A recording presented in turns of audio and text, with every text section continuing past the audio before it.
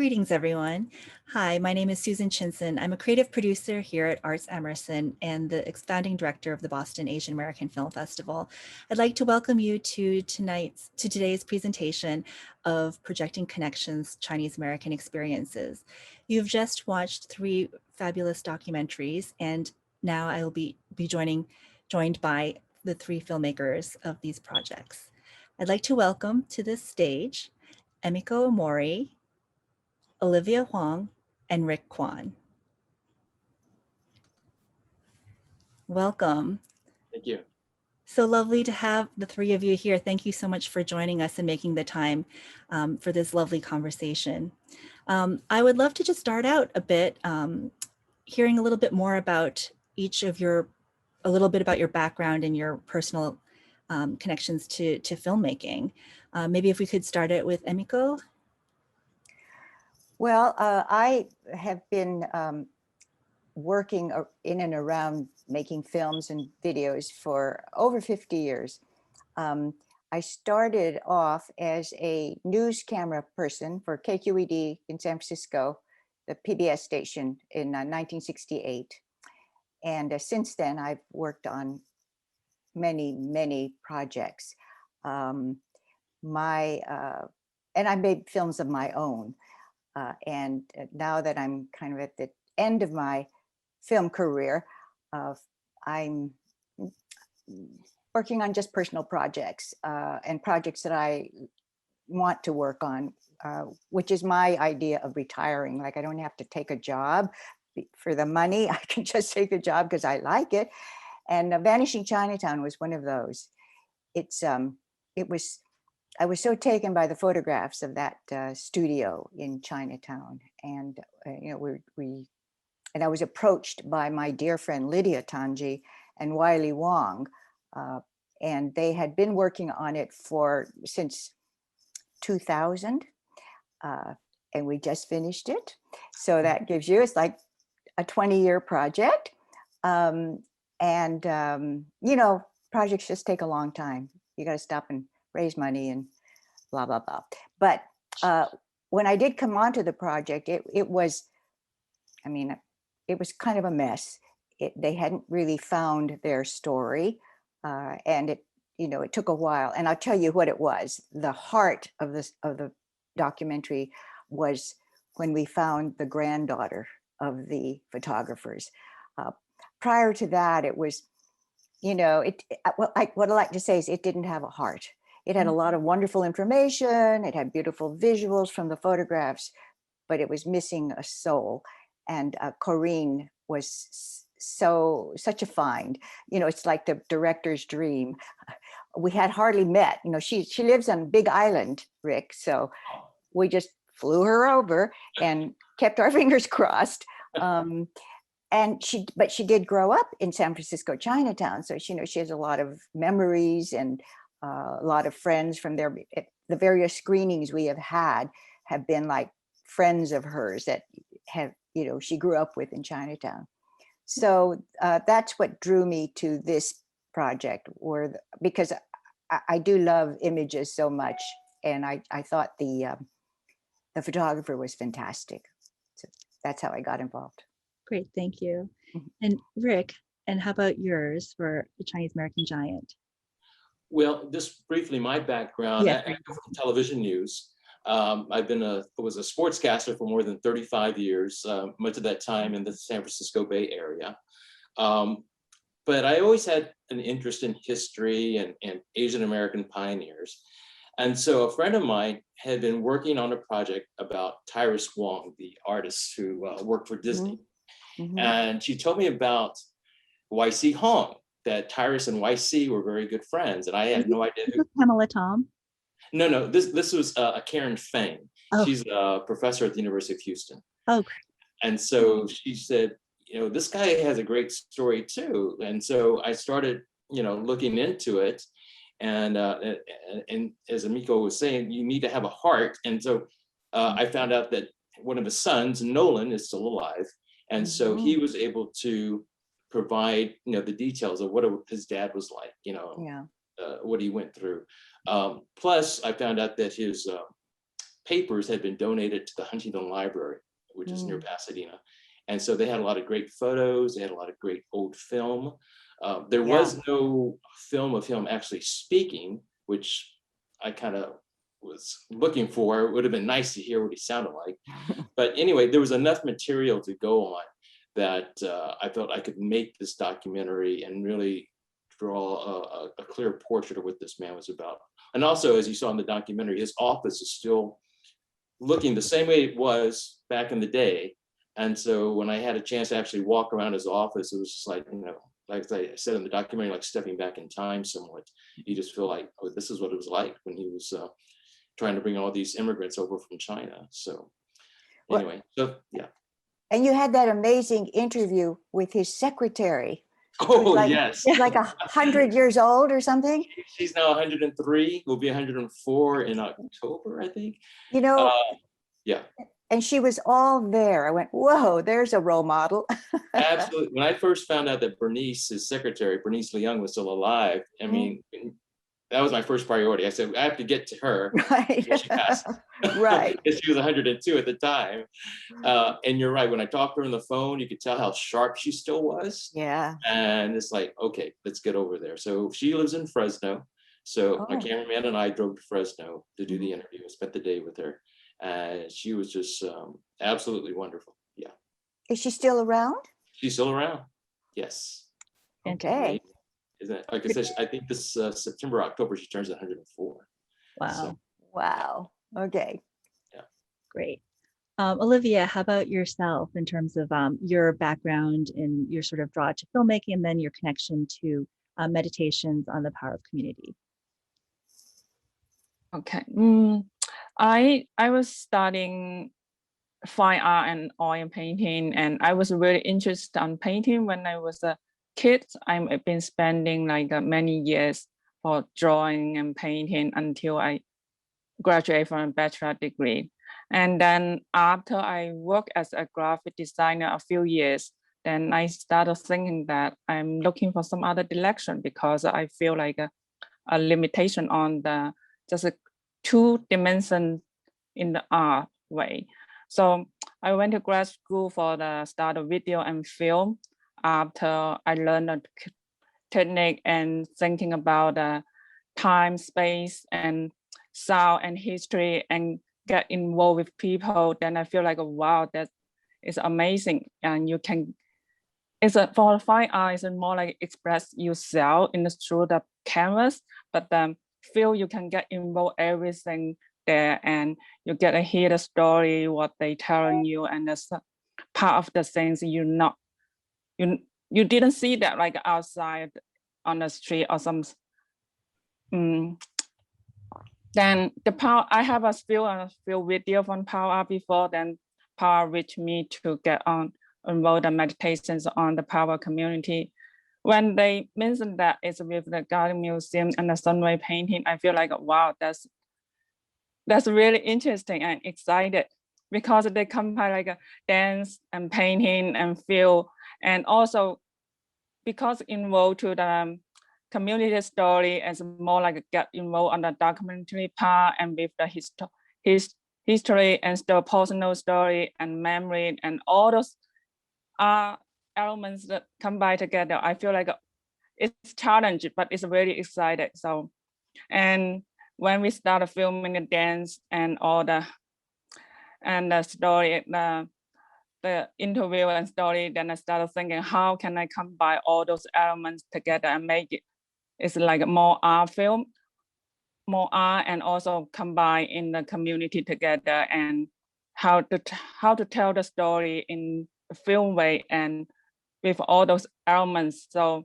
yeah, it's a challenge, but it's really exciting that I can finish that part, and we feel like I hope people will like it, and I feel like have that some kind of inspiration and how art get into all different kind of art, get into the community and telling the story in different way. That's fantastic. I love it. And just a note, that was, the Pow Art Center has been a great partner of Arts Emerson and the film festival as well. So it's been a wonderful connector for many of these things, including bringing Lenora Lee, the choreographer, at the center of your film. What I really love about the 3 short films put together, and even just having the 3 of you here today on a panel, is very much sort of this representation of intergeneration and sort of the legacy of, you're talking about the soul and the jewels, sort of like what that is carrying on. And I just think that's so beautiful that there are so many layers to all of the stories that you all had to coordinate and present. I know, Emiko, you mentioned a bit sort of about like taking 20 years. Like, I think there's sort of been this span of like, 20 years in this film process. Rick, since you, sort of, I'm imagining it's probably been a shorter amount of time from when you've learned about YC Hong. And Olivia, like more recently, your connection to the POW Art Center and creating this piece. But of the 3 of you, and looking back at the process that you had to go through, how where did you find your challenges, or where did you find your inspirations to kind of get you to that place where you found the soul of what your pieces were? Like, what was sort of like the spark, and how did you feel led to that? Yumiko, you want to start, or? Well, okay. I mean, it was the finding of the granddaughter. I mean, up to that point, I was getting a feel for what the photographers were like. Well, okay, it's named after his wife, the Mays Photo Studio, but I think, and it was somewhat corroborated by the granddaughter, that the wife maybe didn't do a lot of work, like the darkroom work and stuff. I think that, the husband, Leo, was probably the real photographer who did that, the technical work. And it was, since we didn't know him or know of him, and he had a son who did get married, and that's the granddaughter. They had one son, but he was gone by the time we started this. But he had been interviewed by Judy Young. Now, I don't know if any of you know Judy Young, but she was just wonderful, wonderful historian of Chinese American history, and in particular in and around San Francisco. She wrote many books. I think maybe one of her well-known books it's about the poems that are carved on the walls and on Angel Island. Anyway, Judy had interviewed the son, Stanford, but she was interviewing him about his mother, who had been very active in Chinatown, both politically and socially. So just trying to get a feel for what this person was like just by looking at the photographs was, obviously had a sense of humor, had a kind of artistic flair, and was a very dedicated and committed photographer, because he and his wife owned one of, I think it was just one, but anyway, had some interest in the theaters in Chinatown that brought over the opera, Chinese opera. And so that's why there are these wonderful photographs of the Chinese opera, because they had to take photographs for every night. There was some kind of show going on, and they had programs and all that. I mean, that's of course all in the movie. But there's some wonderful color photographs, and they're big. They were like poster size, and he painted them, and he glued sequins and all, so it's like, this guy really got into it. I mean, he started off as just a businessman, like, well, there's not a photography studio in Chinatown. Let's start one. And, but I think after that, he got really into it. And then discovering those collaged photos at the beginning of the movie, which was very poignant and also still is very emotional to watch for me, just the idea that families that are separated really wanted to have an image left behind of a complete family. I thought, wow, that's sad. Anyway, and then to see the collage of the fish in his studio, you know, where he took the heads of his friends and he collaged them onto the bodies of fish. You know, we're like, wow, this guy actually has a really A lot of great sense of humor. humor. Yeah, you know. So it was interesting just sort of trying to imagine who he was like just through his work. And then, of course, then the granddaughter, Corinne, kind of corroborated all those things. So, and as I say, it was all kind of foggy and, you know, like unfocused. And then when we discovered her, she was really the glue, I think, that holds it all together. You know, she gave us a sense of what her grandparents were like. And yes, so that was, like I say, luckily for us, she came, she appeared to us. So I'm grateful, so grateful. I'm actually curious. And I'm getting off because I know I already posed a question and getting off, but thinking about the time frame of this piece and the ideas of these families that have been separated and the collaging of it, because I do remember in watching the film thinking about Y.C. Hong and the role that he played being so instrumental, especially for the community, Yes. and being able to you know, reunite families to actually physically be together, or if they weren't able to, that, you know, the need for May's studio to be able to collage these would be needed because they weren't going to be able to be brought together. I guess maybe Rick, can you actually help ground us a little bit in terms of the time frame of you know, Y.C. Hong and you know, May's studio? Well, I'm not, May Studio ran from when to when? 2023 to the 60s. Okay, well, that's kind of like the same time frame. YC graduated in the early 20s from USC Law School, and then he practiced until his death in 77. So, you know, at that time, as you well know, the Chinese Exclusion Act was in effect until, well, 43, they repealed it, but still, even then, I think they were only allowing 105 people of Chinese ancestry to come over. So it was a very difficult time to get people over. I know a lot of, you know, families that have paper sons. My own family, I don't want to get into it too much, but there's things. Okay. Yeah, like a lot of people claim, you know, their papers were lost in the 1906 earthquake of San Francisco, and that's how they claim citizenship. So, but yeah, I guess there is a common theme about bringing the families together.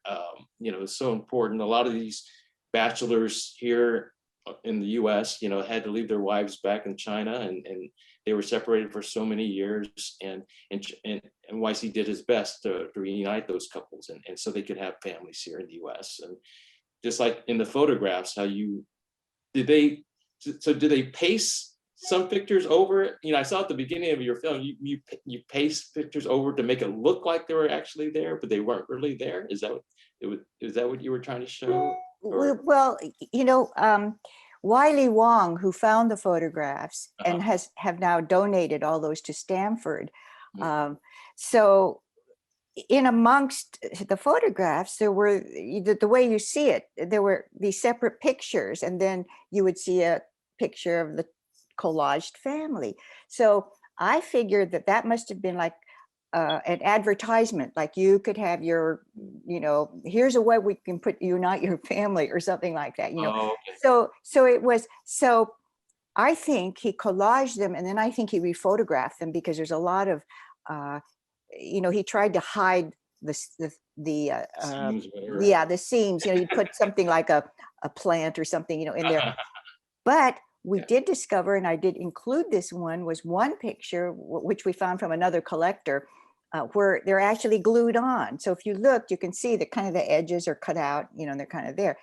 And it took me a while to even notice. It was just like, some of the photographs were a little odd. It's like, something's not quite right here. And then you realize that they're like proportionally maybe odd, or, you know, anyway. And then I went, oh my gosh, they've been collaged together. Now that was not uncommon, you know, that was done in other cultures and other photographers, Chinese and others. But I thought he just did a masterful job of it. I mean, you know, and photography allowed the working person to have pictures of themselves. You know, prior to photography, you didn't know what your ancestors looked like, right? Unless you had a painting or something like that, you know? And so photography was a wonderful sort of let the working classes in China as well have images of themselves that they could keep and share, you know? And so that was, that, you know, I hadn't really thought of it because these days we're just like swimming and drowning in Right. images. So, Right. you know, if you think back, you know, just 2 or 3 generations ago, you don't have beyond that, you know, because anyway, Mhm. so that was, and then there are all these intersections, of course. I mean, Exclusion Act is one intersection. And then, having to have the identity cards and all that, you know, those are all like intersections of history, wherever you're living as a Chinese person, right? Like YC, he was helping those, you know, you had to have those ID cards and Certificates of identity. Yeah. right. It was like ICE today, right? Yeah. Right. You could get picked up and right. If you didn't have or- your card on you. right. Mhm. So anyway, so I don't know if that answered the questions, but was an answer to something. Okay. Yeah, no, that's great. I think it's just, Yeah. you know, an opportunity to hear more about what happens in the process of making these films. And I know, Olivia, you had mentioned very much about these multimedia art forms that you have worked with in the past and kind of coming to this piece that you have now. And sort of what for you was the through line that you were able to find to be able to tell the story that you wanted? So I am so in the beginning I was really exciting about this painting and dance, and it's beautiful and the movement, and because this project also is Renola's present this project, so she got some kind of community members story interview and put integrate to the project.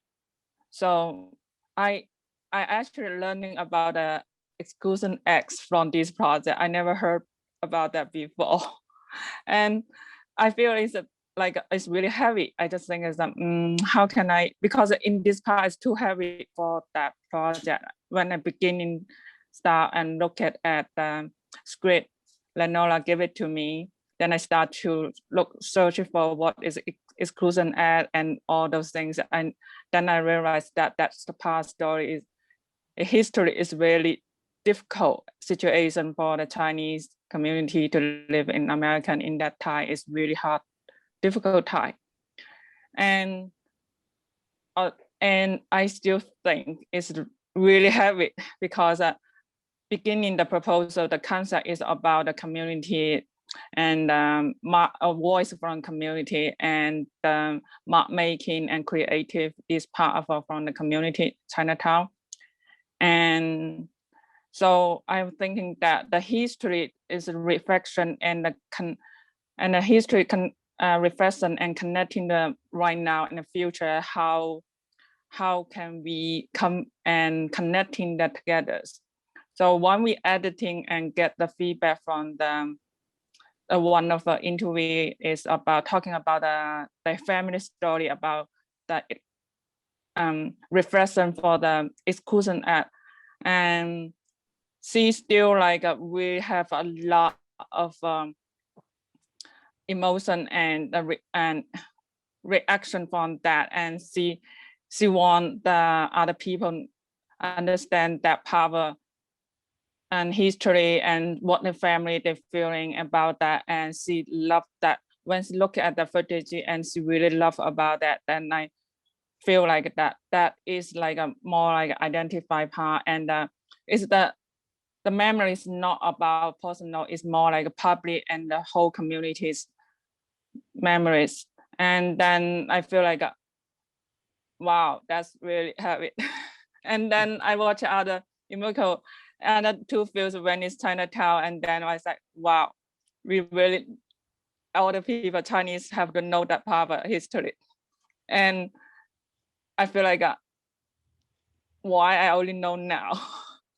I should know earlier before. And thanks you guys, Bill, and then I learned more about it. I really learned a lot from you Emiko and Rick's film and these two story about the exclusion, and I really feel like it's unfair for this part of history, and also right now it's about Asian hate. I think is we don't want to have something history with happen again, and we want other people to know the history and let them know that they did that is wrong. Like right now, that hate Asian and all those part is action is wrong. They have to stop all those guys. And I think as a filmmaker, we have the mission to telling the story for our community and in the society and the public. Yeah, I think you guys thanks for you guys both film. I really like that, and I really learned a lot from that. And I think it's necessary right now, especially right now, what's happening to about the Asian people and community. Yeah. Well, I have a question. Yep. So Olivia, are you an immigrant or? I'm new, really new. Huh? So I just come to the United States after when I went to the grad school. So it's like a few years ago. Yeah. This is perfect. I mean, this is very much why I think Projecting Connections was created, this idea that we have this community, especially here in Boston, that is made up of, you know, a traditional historic Chinatown, but yet we have recent immigrants, and that the experience really is diverse about within the community and what happens here, and the fact that new immigrants don't have access to our history, and even probably within our curriculum. There's actually some state legislation that's going through about trying to get ethnic studies incorporated into the public school system right now. So that's something we're hoping people will look more into and hopefully get into our curriculum so that more people will know about, especially like the Chinese Exclusion Act. And actually, Olivia, that's a great segue for our last question. I feel like you just answered it already, but it really was in reflection of thinking about the current state of the world and society in America right now, in which we're dealing with race, you know, this intense xenophobia, this pandemic, and all of these, inter-community issues. I'm just wondering about personally, you know, how you feel like, you know, your film can help contribute to that, or sort of even if not just specifically your film, sort of your role and work in what you hope people will take from your offerings. And maybe Rick, will start with you first. Okay. Well, first of all, Olivia, thank you for that compliment. I really am trying to educate people and just inform them about all the discrimination and things that have gone on in the past. People just don't realize ever since Chinese began coming here, they've been facing discrimination.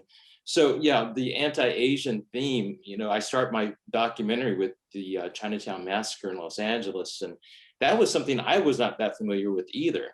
But in doing more research on YC, you know, I've started researching the LA Chinatown history and things like that, and then said, wow, I didn't realize these people, you know, a mass lynching took place so many years ago there. So I felt like that formed a nice basis just to start. To give people an idea of where we're going to go from in this documentary.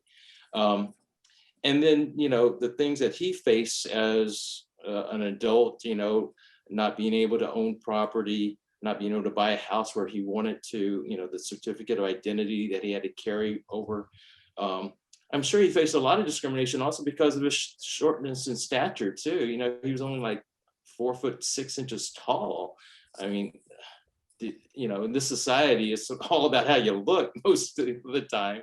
So for him to overcome those type of barriers as well, and not just overcome it, but become a leader in the community.